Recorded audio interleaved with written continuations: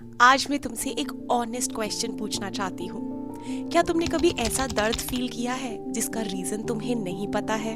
तुमने एक छोटी सी सिचुएशन में, एक छोटे से इवेंट में बहुत मैच्योरली और बहुत स्ट्रांगली रिएक्ट किया था, लेकिन लेटर ऑन तुमने रियलाइज करा कि इस इवेंट ने, इस सिचुएशन ने मुझे इतना डीपली इम्पैक्ट क्यों किया है। आज का टॉपिक बहुत इम्पोर्टेंट और बहुत क्रूशल है।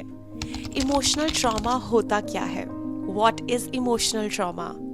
इमोशनल ट्रॉमा लाउड नहीं होता है, वो किसी को दिखता नहीं है, वो किसी ड्रास्टिक या ड्रामेटिक इवेंट के बाद नहीं आता है, बल्कि वो एक स्मॉल और साइलेंट एक्सपीरियंस के बाद आता है। वो इमोशंस, वो फीलिंग्स जिनको तुमने प्रोसेस नहीं किया। आज की वीडियो में मैं तुम्हें मोटिवेट नहीं करूंगी, या हम किसी को ब्लेम नहीं करेंगे, या मैं तुम्हें कोई रिलीविंग स्टोरीज नहीं बताऊंगी। आज हम अंडरस्टैंड करेंगे कि ट्रॉमा क्या होता है, साइंटिफिकली, इमोशनली, एनर्जेटिकली, ताकि अब तुम खुद से लड़ना बंद कर दो। What is emotional trauma? Emotional trauma कोई इवेंट नहीं है। इमोशनल ट्रॉमा तब स्टार्ट होता है जब तुमने अपने इमोशंस, अपने फीलिंग्स को प्रोसेस नहीं किया है, ओवरवेलमिंग एक्सपीरियंसेस को अपने नर्वस सिस्टम से सेफली रिलीज नहीं किया है। ये उन मोमेंट्स में आता है जब तुम्हारे ब्रेन ने प्रोसेस नहीं किया कि मेरे साथ ये क्या हुआ है, जब तुम्हारी बॉडी कंटिन्यूअसली सर्वाइवल मोड पर है, तुम्हारे इमोशंस को कोई सेफ प्लेस नहीं मिल रही है लैंड करने के लिए, इवन तुम खुद भी अपने इमोशंस को प्रोसेस नहीं कर रही हो। ट्रॉमा तुम्हारे अंदर कोई मेमोरी की तरह स्टोर नहीं होता है, बल्कि वो एक अनप्रोसेस्ड इमोशनल एनर्जी होती है। इसीलिए तुम्हारे साथ कभी कभी ऐसा होता होगा कि तुम एग्जैक्ट सिचुएशन भूल जाती हो, तुम माइनर डिटेल्स भूलने लग जाती हो, लेकिन तुम्हारी बॉडी स्टिल रिएक्ट करती है। तुम्हारे इमोशंस कंटिन्यूअसली फ्लक्चुएट होते हैं, तुम्हें मूड स्विंग्स होते हैं, तुम्हारा बिहेवियर बार बार सेम पैटर्न्स पे जाके फंस जाता है। Trauma lives in your breath, in your muscle tension, your emotional patterns, your unconscious believes. और इसीलिए ट्रॉमा इनविजिबल है, वो किसी को दिखता नहीं है, इवन वो तुम्हें भी नहीं पता होता कि तुम उस दौर से गुजर रही हो, लेकिन वो बहुत पावरफुल होता है। Trauma versus pain versus stress. तुम्हें एक चीज क्लैरिफाई करना चाहती हूँ, पेन टेम्परेरी होता है, स्ट्रेस सिचुएशनल होता है, लेकिन ट्रॉमा परसिस्टेंट होता है, वो रहता है। तुम्हारा पेन पास हो जाता है, तुम अपने पेन को ठीक कर सकती हो, उसको पास होने दे सकती हो अगर वो ठीक तरीके से प्रोसेस हो जाए। तुम्हारा स्ट्रेस भी हट सकता है या वो कम हो सकता है अगर सर्कमस्टांसेस चेंज हो जाए, लेकिन ट्रॉमा रहता है। इवन जब सब कुछ नॉर्मल लगने लगता है, लाइफ बिल्कुल सूदिंग दिखने लगती है, लेकिन ट्रॉमा रहता है। पता है क्यों? क्योंकि ट्रॉमा तुम्हारे नर्वस सिस्टम को बार बार बोलता रहता है कि ये वर्ल्ड बहुत अनसेफ है। तुम्हें कंटिन्यूअस ट्रस्ट इश्यूज रहते हैं, तुम रियलिटी पे भी बिलीव नहीं करती हो, तुम्हें सेल्फ डाउट्स रहते हैं, तुम्हें गिल्ट रहती है, और ये सारे इमोशंस जब तक प्रोसेस नहीं होते हैं तब तक ट्रॉमा तुम्हारे ब्रेन में, तुम्हारे बॉडी में, तुम्हारे सबकॉन्शियस माइंड में स्टोर रहता है। ट्रॉमा सर्वाइवर्स के कुछ साइंस होते हैं। They are always on edge, बिना किसी रीजन के। उनकी बॉडी हमेशा अलर्ट मोड पे रहती है, वो हमेशा इमोशनली एग्जॉस्टेड और टायर्ड रहते हैं बिना किसी रीजन के। हैप्पी इवेंट्स से, जॉय से डिस्कनेक्टेड फील करते हैं। वो हमेशा हाइपर रिएक्टिव रहते हैं, इमोशनली नम्ब रहते हैं। Trauma is not about past, बल्कि वो इस तरीके से होता है कि प्रेजेंट मोमेंट में तुम्हारी बॉडी कैसे रिएक्ट कर रही है ओल्ड डेंजर को लेकर। How emotional trauma forms. Emotional trauma बनता कैसे है? इमोशनल ट्रॉमा ज्यादातर 3 सिचुएशंस में फॉर्म होता है। नंबर 1, जब तुम्हारा पेन, तुम्हारा दर्द इग्नोर किया जाता है। फॉर एग्जाम्पल, तुम रो रही हो, तुम बहुत कुछ कहना चाहती हो, लेकिन कोई सुनने वाला नहीं है, कोई समझने वाला नहीं है। और फिर भी अगर तुम ट्राई करती हो किसी से कम्युनिकेट करना और सामने से तुम्हें रिप्लाई आता है that you are over thinking, you are over reacting, ये सिचुएशन इतनी बड़ी नहीं है, तो तुम्हारा ब्रेन, तुम्हारा माइंड उसी टाइम खुद को इस तरीके से ट्रेन कर लेता है कि शायद मेरा पेन, शायद मेरी सिचुएशन इतनी इम्पोर्टेंट नहीं है। जब तुमको कंटिन्यूअसली बार बार हर्ट किया जाता है, एक बार हर्ट होना पेन होता है, लेकिन रेपिटेडली किसी एक सिचुएशन को फेस करना ट्रॉमा बन जाता है। स्पेशली टॉक्सिक रिलेशनशिप्स में, नार्सिसिस्ट पार्टनर के साथ, इमोशनली अनअवेलेबल पेरेंट्स के साथ, ऐसी सिचुएशंस में तुम अपने पेन को नॉर्मल फील करने लगती हो। तुम्हें लगता है मेरे साथ जो हो रहा है वो नॉर्मल है।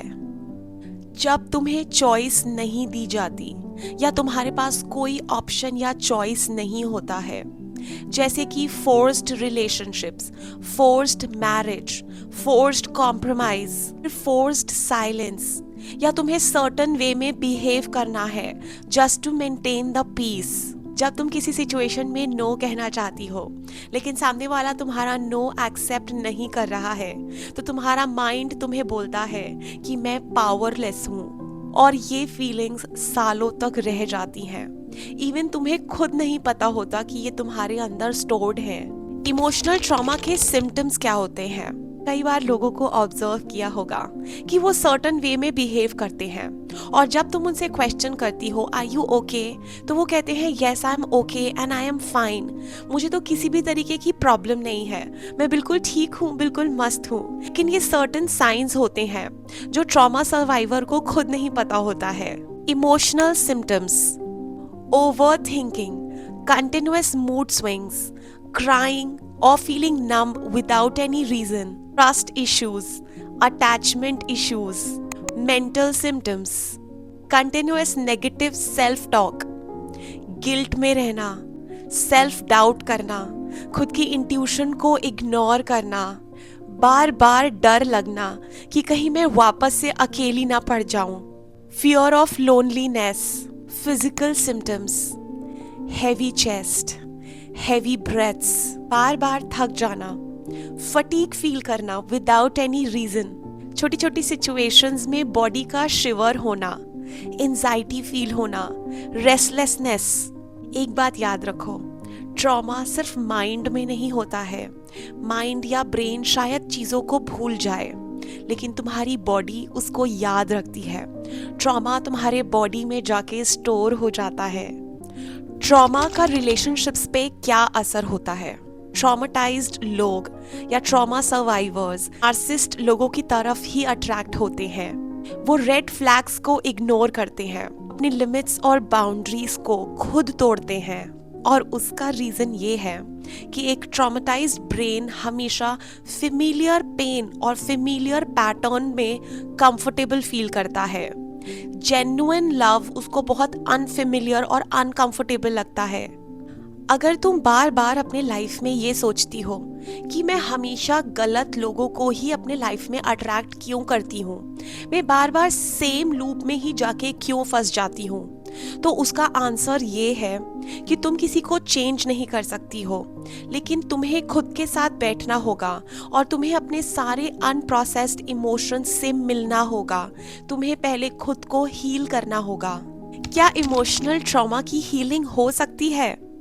यस, 100%।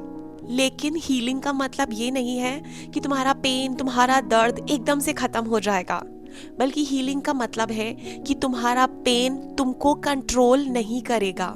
हीलिंग के 4 स्टेप्स हैं। नंबर 1, मुझे ट्रॉमा है, इस चीज को जान लो, समझ लो और एक्सेप्ट कर लो। जब तुम इसको एक्सेप्ट कर लेती हो तो चीजें थोड़ी सी आसान लगने लगती हैं। एक्सप्रेशन: तुम्हें अगर रोना आ रहा है तो रो, अपनी सिचुएशंस, अपनी फीलिंग्स, अपने इमोशंस को लिखो। अगर तुम्हारे पास कोई ट्रस्ट वर्दी पर्सन है तो उससे बात करो, सब चीजें वेंट आउट करो। रोना, लिखना, बोलना बहुत जरूरी है। बाउंड्रीज: हर जगह पे खुद को एडजस्ट करना बंद करो, कॉम्प्रोमाइजेस करना बंद करो, अपने बारे में सोचना शुरू करो, खुद को प्रायोरिटी बना लो, एडजस्टमेंट्स हटा दो। And very important, have patience. Healing fast नहीं होती है, वो एक बहुत इम्पॉर्टेंट और स्लो प्रोसेस है, लेकिन वो डीप होती है और वो अंदर से आती है। आज तुम ये वीडियो देख रही हो और यहाँ तक पहुँच गई हो, तुम्हें बहुत ज़्यादा हैवी फील हो रहा है, तुम्हें ओवरवेल्म भी फील हो रहा होगा, तो सुनो, तुम टूटी नहीं हो, तुम बस घायल हो। और जहाँ चोट लगती है, जो घायल होता है वो हील हो सकता है, हर घाव भर सकता है। बस तुम्हें आज खुद से और मुझसे ये प्रॉमिस करना होगा कि मैं हील करूंगी। मैं अपने दर्द को, मैं अपने वुंड को अब और इग्नोर नहीं करूंगी। मैं अपने पेन को सुनूंगी। हीलिंग वहां से शुरू होती है जब तुम खुद को धोखा देना बंद कर देती हो, जब तुम अपने इमोशंस को एड्रेस करने लग जाती हो, जब तुम अपने दर्द को इग्नोर नहीं करती हो, जब तुम छोटे से सिचुएशन को भी ये नहीं कहती हो कि ये नॉर्मल है। तुम्हें खुद को जानना है, तुम्हें खुद को सुनना है, तुम्हें अपनी इंट्यूशन को सुनना है। अगर तुम्हें कुछ ठीक नहीं लग रहा है तो इसका मतलब है कि वो ठीक नहीं है। तुम्हें छोटे से छोटे रेड फ्लैग को भी इग्नोर नहीं करना है। अगर इस वीडियो की एक भी लाइन से तुमने रेजोनेट करा है तो इसको लाइक करो, और अगर तुम्हें लगता है कि इस वीडियो तक किसी को पहुंचाना है, उसको ज़रूरत है इन चीज़ों को सुनने की, तो प्लीज़ इसको शेयर करो, कमेंट करो, आई चूज़ माई सेल्फ, और मेरे चैनल को सब्सक्राइब करो। लाइफ में एक चीज़ हमेशा याद रखना, तुम सेंसिटिव नहीं हो, तुम कभी भी ओवर रिएक्ट नहीं करती हो, तुम इंसान हो।